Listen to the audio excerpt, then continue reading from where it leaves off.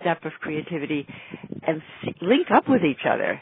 Right. Then they're following nature's tendency to take jumps through synergy. You see, there's a code in evolution that we can learn from by looking at past evolution. Right.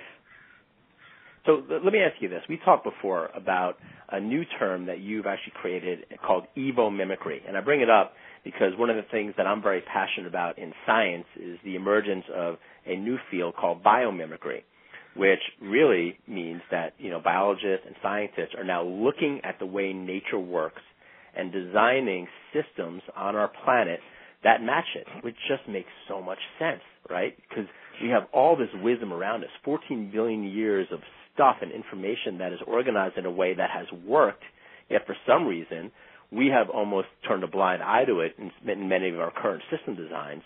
And so biomimicry is something I'm really passionate about. You mentioned evomimicry. So I want to ask you what that was. My friend Claudia Wells invented that word, and she's a member of my board of the Foundation for Conscious Evolution, and she's developing a center for the study of evomimicry. So biomimicry is learning from nature as we can see nature now. Evomimicry is learning how nature evolved from no thing at all, how it had the coherence and, you might say, evolutionary genius out of nothing, and the first flaring forth and energy to form matter, and out of matter these huge galaxies and, the explosions that created the metals and minerals that formed the earth, and then how life emerged on earth, and what life did when it hit crises in the past, how it had to self-organize at a greater level of coherence and synergy and whole systems like our bodies in order to survive. So evomimicry is studying how evolution has worked naturally.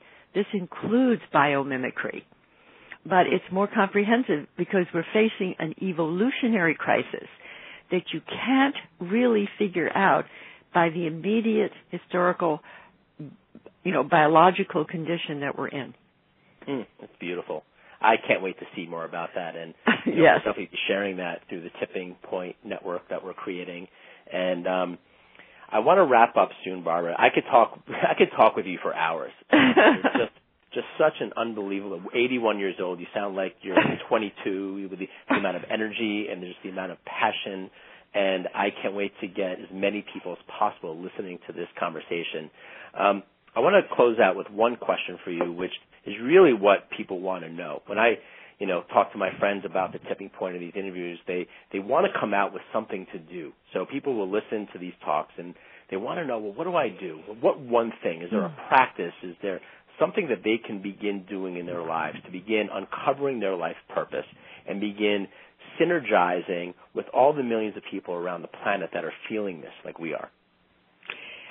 In the most simple way, it would be looking within yourself to see that which is the most attraction for your creativity of expression and say yes. That's a big, undefined yes, but if you can find what attracts you, like I was attracted by Buckminster Fuller and Teilhard de Chardin, then I reached out and then I blah, blah, blah, blah, found all these people. Right. Look what happened to me. Mm-hmm. And then when you say yes to that inner impulse, I'm also calling this the shift from your egoic identification to your essential self.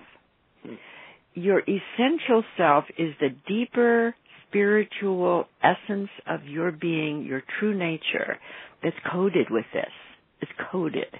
It's not like you have to make it up. It's already there. So by cultivating, going into your own inner sanctuary and putting your attention on that higher guidance that's within you, within every single human being, that is your own essence speaking. And it's like following the breadcrumbs of that attraction and saying yes.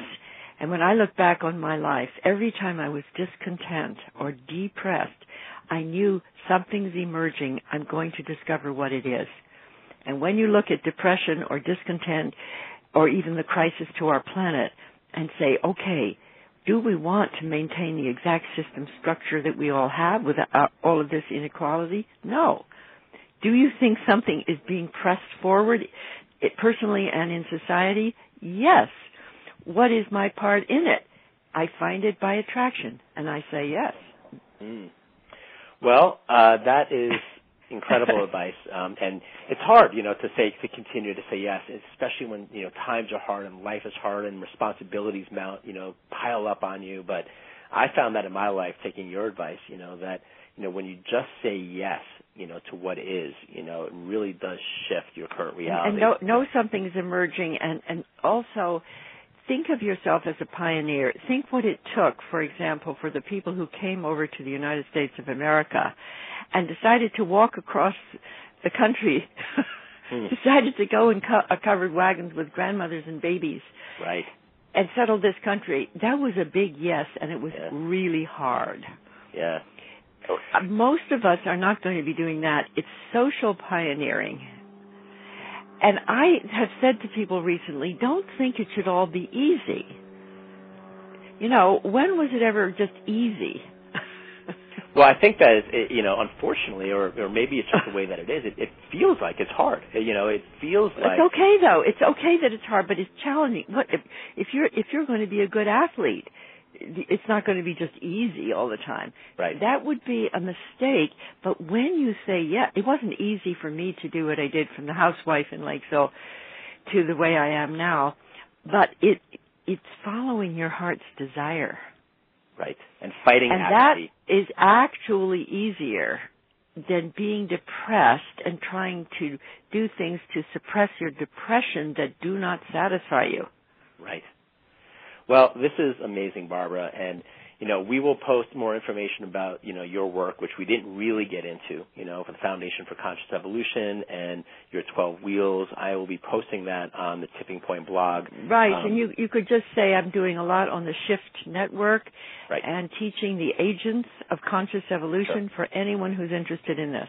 No, we're going to post all of that because you are an inspiration, not only to me, but to so many millions of people around the world. And it's just an honor to talk to you, and I just thank you from the bottom of my heart for allowing this conversation to happen and for sharing all your wisdom. So really, bless your heart, Todd, and I wish all of you and all of us the very, very best now, and keep me posted as to what's happening. Will you, Todd?